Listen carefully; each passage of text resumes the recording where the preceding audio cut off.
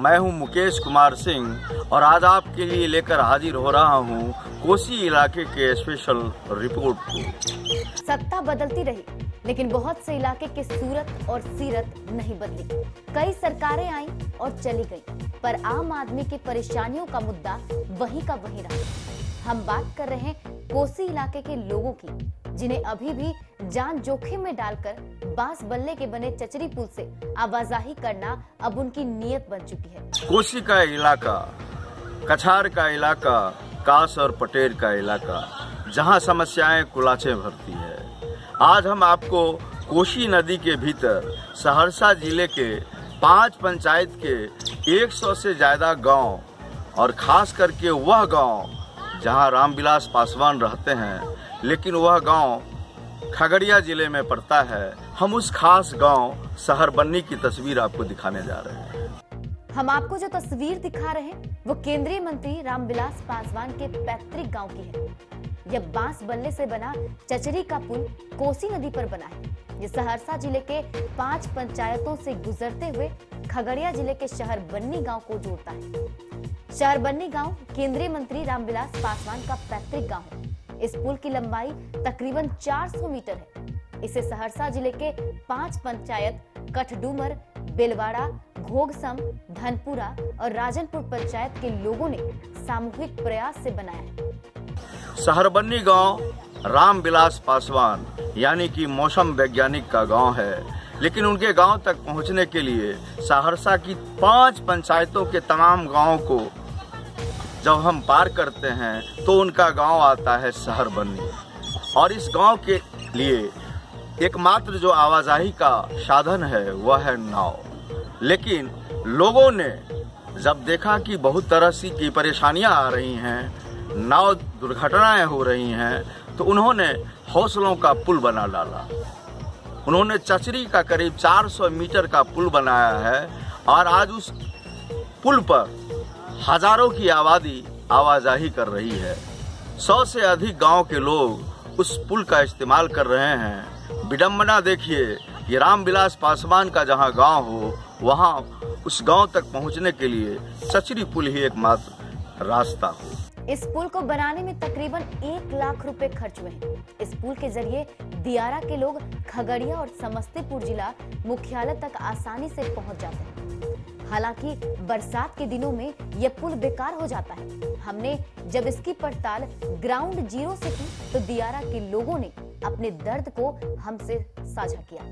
Sir, यहाँ पर नाव चलता था तो नाव डूब जाता था, कभी उस पर 2-4 यात्री डूब जाता था, बच्चे डूब जाता था, कितने बच्चे डूब गया। इसके लिए हम लोग गांव का लोग इकट्ठा होकर चंदा करके इसको चचरी का पुल आवागमन के लिए बनाए। और यहाँ से जाने के लिए भी उस पार यही एक रास्ता है, दूसरा है नहीं। इसलिए हम लोग यहाँ से मंत्री जी का घर भी, पासवान जी का घर के जाने के लिए यही रास्ता है और कोई रास्ता नहीं है।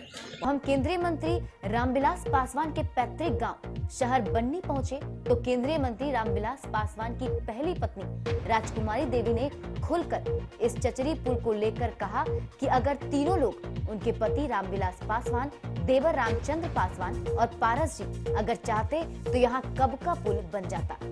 यही नहीं, पूर्व सांसद और वर्तमान खगड़िया सांसद महबूब अली केशर की भी इच्छा शक्ति होती तो यह पुल कब का बन सकता था। ये बहुत मतलब हम तो मानते हैं गलत। क्यों नहीं ये तीनों आदमी, तीन गो रामचंद्र हुआ, पारस जी हुआ, पासवान जी हुआ, केसर अली हुआ, तो ये सब आदमी मिल कर करके कोई टाइम नहीं लगेगा, एकदम पुल बन जाएगा जल्दी। तो क्यों नहीं बन रहा है? अब वो लोग, आप ही लोग अपना यादगारी दिलाइए। ये पुल कितना महत्वपूर्ण लगता है बनना आपके हिसाब? कोई टाइम नहीं, उनके अथीमा है, कोई टाइम नहीं लगेंगे वो सब आदमी का। ये लोग ध्यान नहीं दे रहे हैं? नहीं ध्यान दे रहे हैं। और चचरी पुल एकदम उनको पार कीजिए ना केसर जी का, तब वो देखेंगे, तब अगर ध्यान जो होगा तब अपना देंगे। ये पार लाई तो उस पार भी आप लोगों का रिलेशन है क्या? हाँ, मेरा ननद है, उन्हीं का बहन है, एक सुदामा देवी है, वो राजेंद्र है, उनके भगना। तो अब की डेट कर गया है। तो पुल बन जाता तो इससे संबंध में। हाँ, तो हम लोग सब जाते, हम लोग रिटर्न हो गया, नहीं गए। चाची क्या नाम है? राजकुमारी। यह सिस्टम की बेरुखी का नतीजा है कि इन तमाम गांव वालों के लिए यह बांस बल्ले से बना पुल भी जान जोखिम में डालने वाला है। लेकिन किसी को उस पार जाना है तो किसी को इस पार आना है। हद की इंतहा देखिए कि सभी कुछ आंखों के सामने है, लेकिन सत्ता पर काबिज लोगों की नींद खुलने का नाम नहीं ले रही। सबसे हैरत की बात तो ये है कि केंद्रीय मंत्री रामविलास पासवान के पैतृक गांव तक पहुंचने के लिए बना है ये चचरी का महापुल। बीते 8 सालों से इस चचरी पुल के जरिए दियारा के लोग सहरसा जिला और खगड़िया जिला से होकर समस्तीपुर जिला मुख्यालय तक आसानी से पहुंच जाते हैं। पहले इनके आवाजाही का एकमात्र साधन नाव था, लेकिन बार बार नाव हादसों से टूट चुके इलाकों के लोगों ने हौसलों का चचरी पुल बना डाला। कहते हैं कि सिस्टम में 100 छेद होते हैं और विकास की दरिया बहती है। अब यह नज़ारा सिस्टम में 100 छेद के हैं कि विकास की बहती दरिया का है। तस्वीरें कभी झूठ नहीं बोला करती। हमने आईना दिखाया है अपने दर्शकों को कि विकास अगर हो रहा है तो कहाँ हो रहा है। जमीन पर विकास आखिर दिख क्यों नहीं रहा है? क्यों गरीब जनता विकास के नाम पर ठगी और छली जा रही है? आज के इस कार्यक्रम में इतना ही। हम फिर अगले कार्यक्रम में हाजिर होंगे आपके सामने कोई नई खबर के साथ, नई स्पेशल स्टोरी के साथ। तब तक के लिए हमें दीजिए इजाजत। अलविदा।